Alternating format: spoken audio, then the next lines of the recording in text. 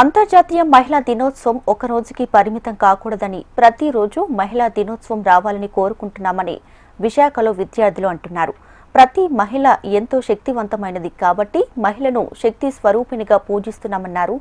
ప్రస్తుతం కొన్ని మాధ్యమాల ప్రభావంతో స్త్రీని చూసే దృష్టి మారడం బాధాకరమని కూడా అంటున్నారు. ప్రేమ, స్నేహం ఏదైనా మహిళల గౌరవం పెంచేలా ఉండాలని చెబుతున్న విద్యార్థులతో మహిళా దినోత్సవం సందర్భంగా మరిన్ని విశేషాలు మా విశాఖ ప్రతినిధి అనురాధ అందిస్తారు. అంతర్జాతీయ మహిళా దినోత్సవ శుభాకాంక్షలు. హెచ్ఎంటీవీ తరపు నుంచి అందరికీ కూడా మహిళా దినోత్సవ శుభాకాంక్షలు తెలియజేస్తున్నాం. అయితే మహిళా దినోత్సవాన్ని మనం జరుపుకుంటున్న నేపథ్యంలో అసలు మరి విద్యార్థులు కానీ లేకపోతే ఇప్పుడున్న నవతరం మహిళలు కానీ నారీ శక్తిని చాటడంలో నిజంగానే ప్రపంచ అంచుల దాకా వెళ్ళి వస్తున్నారు. అయితే ఒకప్పుడు కేవలం ఇలాంటి ప్రొఫెషన్స్కి మాత్రమే మహిళలు సూట్ అవుతారు అనే విషయం నుంచి వీళ్ళంతా కూడా ఒక అడుగు ముందుకు వేసి ఏ ప్రొఫెషన్ అయినా ఛాలెంజింగ్గా తీసుకోవడంలో, టాస్క్స్ని కంప్లీట్ చేయడంలో మహిళలు ముందుంటారు అన్నది నిరూపిస్తూ ఉన్నారు. అయితే ప్రస్తుతం అదే సందర్భంలో మహిళల మీద జరుగుతున్న అగాత్యాలు కానీ, దాడులు కానీ కొంత ఆవేదనకి గురి చేస్తున్న మాట కూడా వాస్తవమే. కానీ వీటిలన్నింటినీ అధిగమించుకుంటూ మరి మహిళా శక్తిని చాటి చెప్తూ ముందుకు వెళ్తున్న నారీమణులు ఎంతోమంది ఉన్నారు. మరి ఈ మహిళా దినోత్సవం సందర్భంగా విశాఖపట్నంలోని ఒక ఇన్స్టిట్యూట్ నుంచి నేను ప్రస్తుతం చాలామంది అమ్మాయిలతో ఉన్నాను. ప్రజెంట్ సొసైటీలో వాళ్ళేం కోరుకుంటున్నారు, సొసైటీలో వాళ్ళు చూస్తున్న అంశాలేంటి, వీటికి సంబంధించి ఒకసారి వాళ్ళందరితో మాట్లాడదాం. హాయ్ అండి, ముందుగా మీ అందరికీ కూడా happy women's day. Wish the same అండి. సో ఇప్పుడు ప్రజెంట్ మనం సొసైటీని చాలా దగ్గరగా అందరమే కూడా చూస్తున్నాం. ఒకప్పుడు ఉమెన్కి ఇప్పుడు ఉమెన్కి చాలా తేడా ఉంది. ఎందుకనంటే మనకేమీ పరిధులు కానీ హద్దులు కానీ ఏమీ లేవు. కానీ జరుగుతున్న పరిణామాలు, చూస్తున్న అంశాలు కొంత మనల్ని ఏ విధంగా సమాజం వైపు చూసేలా చేస్తున్నాయి. సో మీరు ఇప్పుడు ప్రజెంట్ సొసైటీలో ఉమెన్ నుంచి మీరు ఆశిస్తున్నది ఏంటి, అంటే వాళ్ళని చూసి గమనిస్తున్నది? మీరు చెప్పిందంతా చాలా వ్యాలిడ్ పాయింట్స్. ఇప్పుడు ప్రజెంట్ జనరేషన్ నడుస్తుంది. అండ్ ఇదివరకు మీరు అన్నట్టుగా ఏంటంటే ఉమెన్స్ ఏదైనా ఒక పర్టికులర్ జాబ్కి కానీ ఒక పర్టికులర్ పోస్ట్కి కానీ ఉండిపోయేవాళ్ళు అనమాట. ఇంకా ముందుకెళ్తే కనుక ఇంటికి ఓన్లీ ఇల్లాలు వెలుగు అన్నట్టుగా ఓన్లీ ఇంట్లోనే ఉండేవాళ్ళు. బట్ మూవింగ్ ఫార్వర్డ్ జాబ్స్లోకి వచ్చాం, చిన్న చిన్న వ్యాపారాల్లోకి వచ్చారు. అంతకన్నా ఇంకా ముందు అడుగులు వేస్తూ ఇప్పుడు ముందుకు వెళ్తున్న నేపథ్యంలో ఏంటంటే సాఫ్ట్వేర్ కంపెనీస్లో నైట్ షిఫ్ట్స్ అవ్వచ్చు. అండ్ ఏ ఫీల్డ్ అయినా 24/7 మనతో పాటు ఉమెన్ కూడా వర్క్ చేస్తున్నారు అనమాట. ఈ విధంగా నడుస్తున్నప్పుడు ఏంటంటే ఉమెన్కి కొంచెం సెక్యూరిటీ ప్రాబ్లమ్స్ ఉన్నాయి.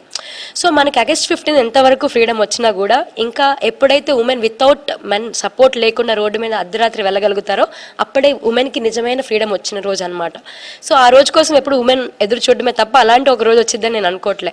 బట్ ఏంటి అంటే ఇప్పుడు దీనికి మన పోలీస్ అవ్వచ్చు లేకపోతే గవర్నమెంట్ అవ్వచ్చు కొన్ని నియమాలు తీసుకొచ్చి లైక్ ఇప్పుడు 108 అంబులెన్స్కి ఎలా అయితే ఉందో 100 పోలీస్కి ఎలా అయితే ఉందో అలాగే ఉమెన్స్కి కూడా ఉమెన్ సెక్యూరిటీకి ఉమెన్ ట్రావెలింగ్కి ఏదైనా ఒక కోడ్ ఇచ్చి అండ్ వాళ్ళు స్టార్టింగ్ పాయింట్ నుంచి మళ్ళీ వాళ్ళు వచ్చి వాళ్ళ రీచ్ పాయింట్కి వచ్చే వరకు వాళ్ళని ఎవరైనా అబ్జర్వ్ చేస్తే నాట్ మొత్తం డే అంతా కాదు, నైట్ షిఫ్ట్స్ వెళ్ళే వాళ్ళకి కాకపోతే నైట్ ఏదైనా ఎమర్జెన్సీ ప్లేసెస్లో వర్క్ చేసే వాళ్ళకి అయితే మాత్రం అలాంటి రూల్ ఏమైనా తీసుకొస్తే బాగుంటుందని నేను అనుకుంటున్నాను. ఉమెన్కి ప్రొటెక్షన్ కావాలంటే డెఫినెట్గా కావాలి. ఎందుకంటే ఈ రూల్ ఒకటి పెట్టి ఇలాగే ఉండాలి అని అందరు అబ్బాయిలకి అందరికీ మనం చెప్పలేం. అలానే అందరు ఉమెన్స్ కరెక్ట్, వాళ్ళు వెళ్ళే పద్ధతి అంతా కరెక్ట్ అని నేను చెప్పను. డెఫినెట్గా మనం ఉమెన్ని ఎంత బాగా ఇలా పద్ధతిగా ఉండాలమ్మా, పద్ధతిగా నడవాలమ్మా, మీరు చిన్నప్పటి నుంచి ఇలా అనుకువగా ఉండాలమ్మా అని మన పేరెంట్స్ నేర్పించినట్టుగా ప్రతి ఒక్క అబ్బాయికి కూడా వాళ్ళ పేరెంట్స్ నేర్పించాలి. ఫస్ట్ నీకు ఒక సిస్టరో లేకపోతే మదరో నేనే ఆ సిచ్యువేషన్లో ఉంటే ఎలా ఉంటుంది, లేదా నువ్వు ఆడవాళ్ళతో ఎలా బిహేవ్ చేయాలని ఎడ్యుకేషన్ కన్నా ముందు అలాంటి విషయాలు వాళ్ళకి చెప్తే బాగుంటుందేమో. ప్రైమరీ ఎడ్యుకేషన్లోనే అలాంటి విషయాలు చెప్తే బాగుంటుందేమో. సోషల్ మీడియాని వాడచ్చా లేదా? ఇప్పుడు ఈ సందిగ్ధాలు చాలా మందిలో ఉన్నాయి. చాలా మంది పేరెంట్స్ దాని గురించి డిస్కస్ చేస్తున్నారు, అలాగే మీరు డిస్కస్ చేసుకుంటున్నారు.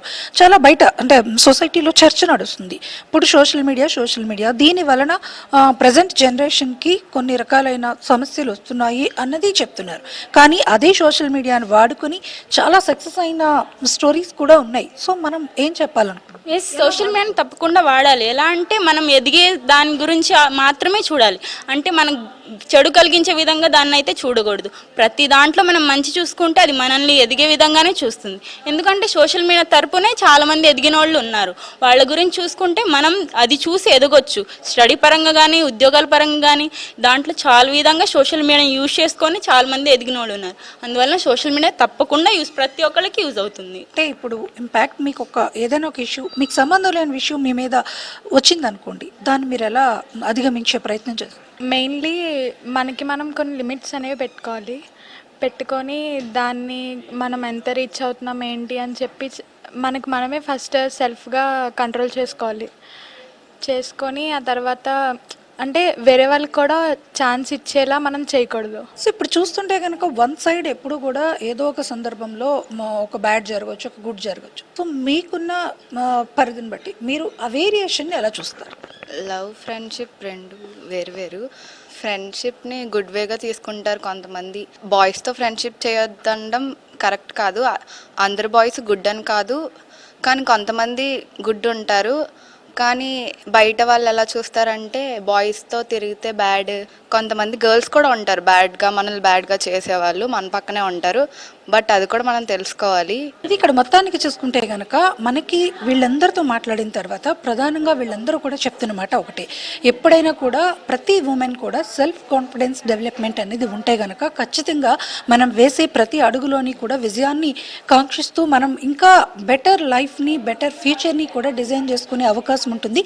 అలాగే ప్రతి ఒక్క వ్యక్తి కూడా స్వేచ్ఛని హక్కుగా తీసుకోవడం మాత్రమే కాదు, అది ఒక ప్రధానమైన ఫీలింగ్. కాబట్టి ప్రతి ఒక్కరి స్వేచ్ఛకి కూడా భంగం కలగకుండా ప్రతి ఉమెన్ తన గౌరవాన్ని, తన మర్యాదని నిలుపుకుంటూ కూడా ముందుకు అడుగు వేస్తే కనుక ఖచ్చితంగా విజయాలను సొంతం చేసుకునే అవకాశాలు మనకి దగ్గరగా చేరుతాయని చెప్పేసి వాళ్ళైతే చెప్తూ ఉన్నారు. అలాగే సొసైటీలో జరుగుతున్న అంశాలన్నింటినీ కూడా వాళ్ళు తీసుకున్న అంశాలతో ఒకటే మాట వాళ్ళు చెప్తున్నమాట. ఎందుకంటే ఏదైనా మంచి చెడు అన్నది ముందు మన దగ్గర నుంచి ప్రారంభం అవుతుంది. కాబట్టి మనం దాన్ని ఎప్పుడైనా కూడా జస్టిస్ చేసే విధంగా ఉండాలి. ముందు మన దగ్గర ఆ మంచి చెడుని మనం జస్టిస్ చేసుకొని సొసైటీలోకి వెళ్తే కనుక ఎటువంటి ఇబ్బందులు మనకు ఎదురవ్వవు అన్నది కూడా చాలా కాన్ఫిడెంట్గా వీళ్ళంతా కూడా చెప్తున్నారు. మరి ఏదైనా ఈ ఉమెన్స్ డే అందరికీ కూడా హ్యాపీ మూడ్ని, మూమెంట్ని ఇవ్వాలి. అలాగే ఉమెన్స్ అందరికీ కూడా ఒక మంచి స్ఫూర్తిదాయకమైన రోజుని ప్రతిరోజు ఇవ్వాలని మనం కూడా ఆకాంక్షిద్దాం.